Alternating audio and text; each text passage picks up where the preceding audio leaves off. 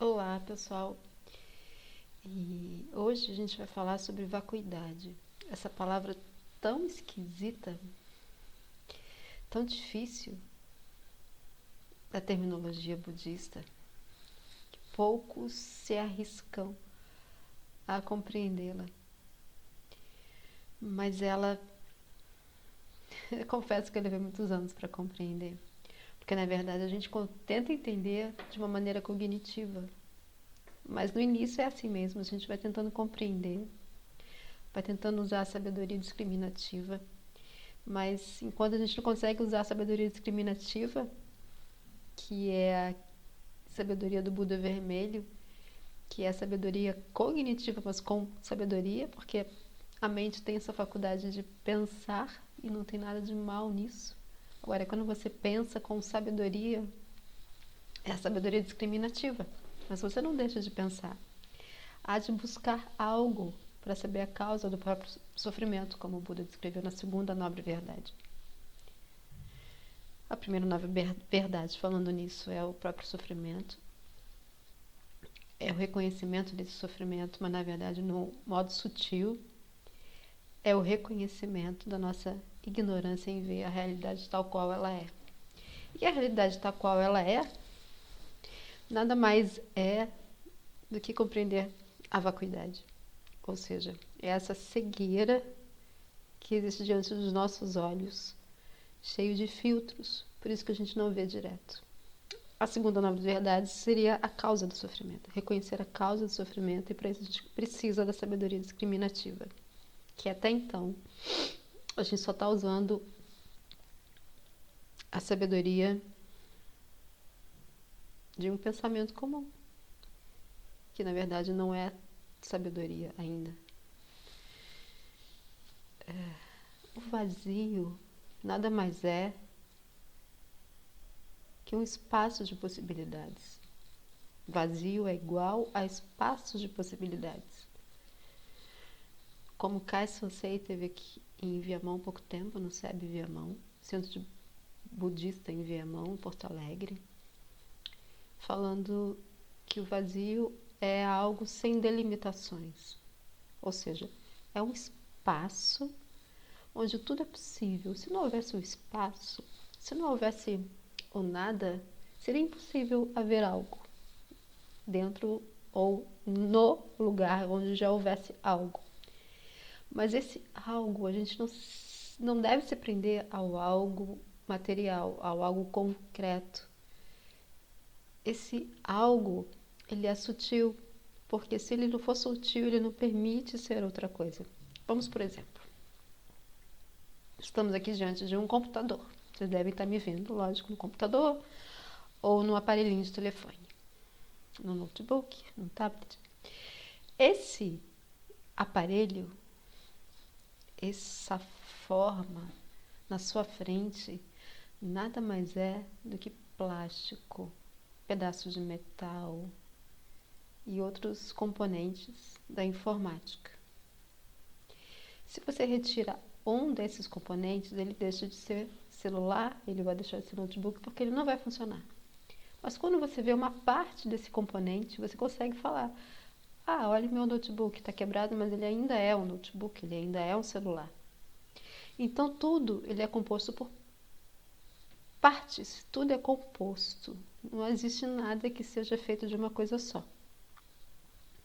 Tudo é composto. A partir do momento que tudo é composto, esse pedaço de algo ele pode se conectar a um outro pedaço de algo e vai tornar outra coisa. Se não houvesse o vazio, se não houvesse esse espaço de possibilidades, ele não poderia ser outra coisa a não ser peças para o computador, a não ser o computador em si.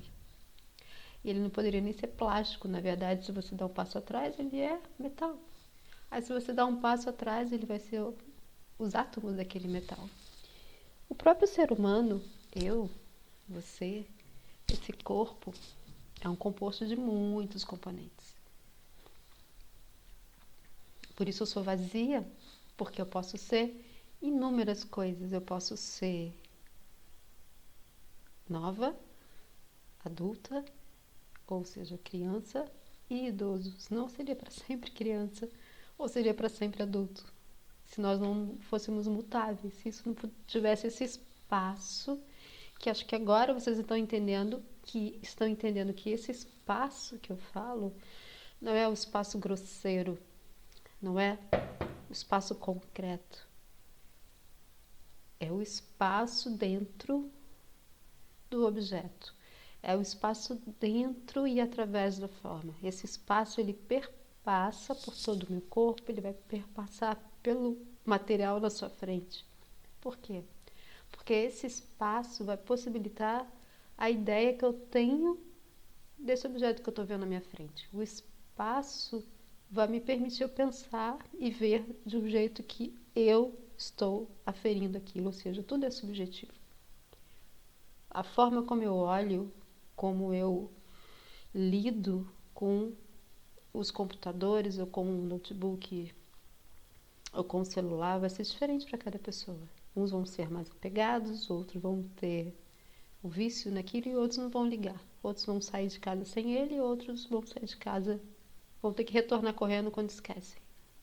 Outros ficam doentes quando não saem com o celular na rua. O que eu quero dizer com isso é que o espaço que possibilita o modo de eu ver esse objeto significa vazio.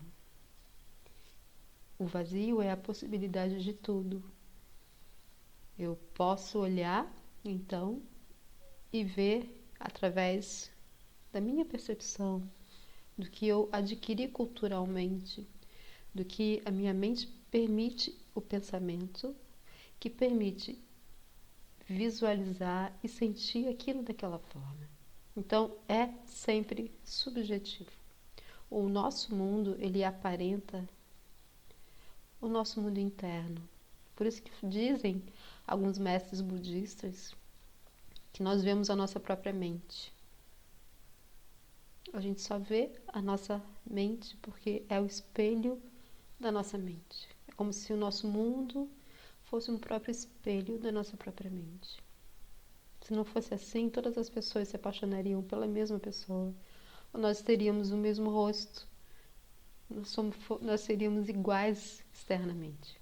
Nós seríamos iguais internamente, teríamos o mesmo pensamento, as mesmas opiniões. Isso não existe, isso não é assim. Quantos mundos nós conhecemos grosseiramente?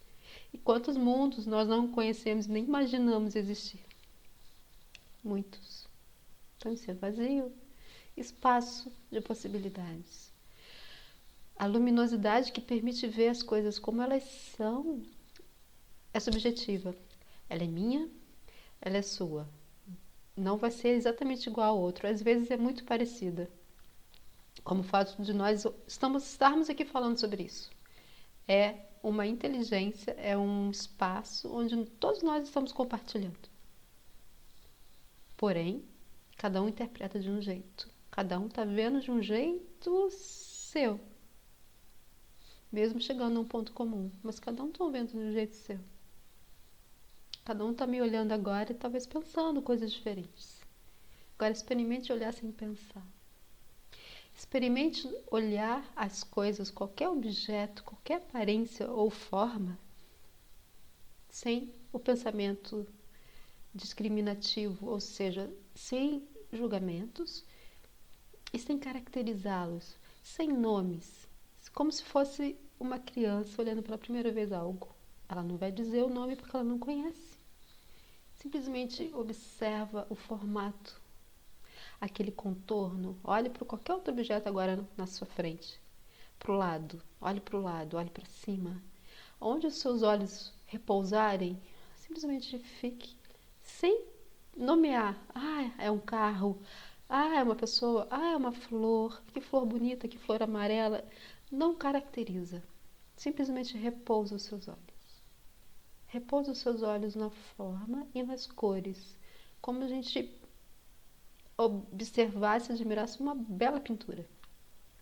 Uma bela pintura abstrata, que a gente não conhece a forma. Ela não tem uma forma definida. Assim vocês vão olhar para todas as coisas e vão acumulando isso. Vão acumulando o que o Lama chama de, o Lama Santa, e o meu mestre chama de Prajna Paramita, a sabedoria das sabedorias. Para você entender a vacuidade, você precisa observar e ver. Então, a vacuidade ela vai estar além da discriminação, além do entendimento cognitivo. Simplesmente repousem em cada forma, em cada objeto.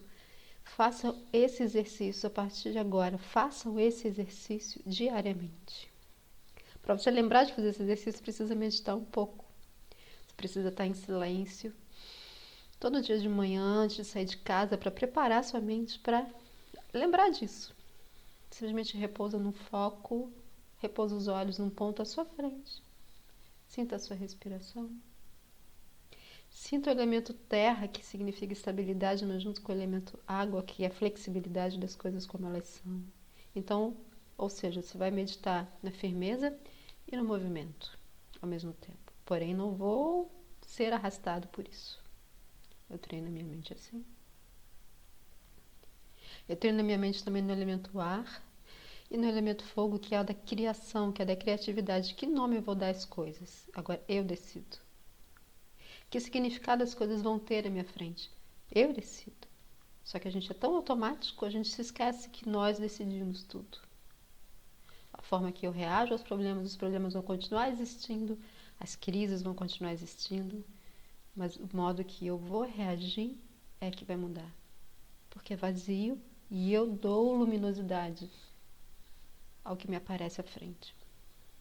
Para isso eu vou treinando, olhar as coisas com a pureza de uma criança, com os olhos livres e limpos de uma criança, sem filtro, olhar direto, como se não existisse essa barreira entre quem vê e o que é visto, porque na verdade nascem juntos, é coemergente, o observador e o objeto eles são inseparáveis.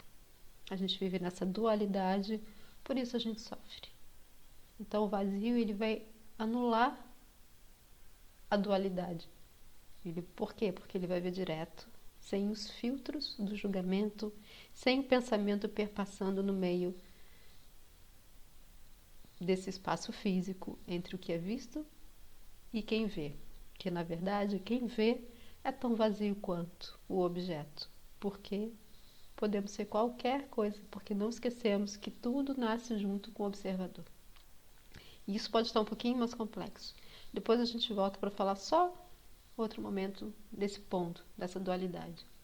Mas eu gostaria muito, então, que vocês fizessem esse treinamento, essa acumulação de olhar as coisas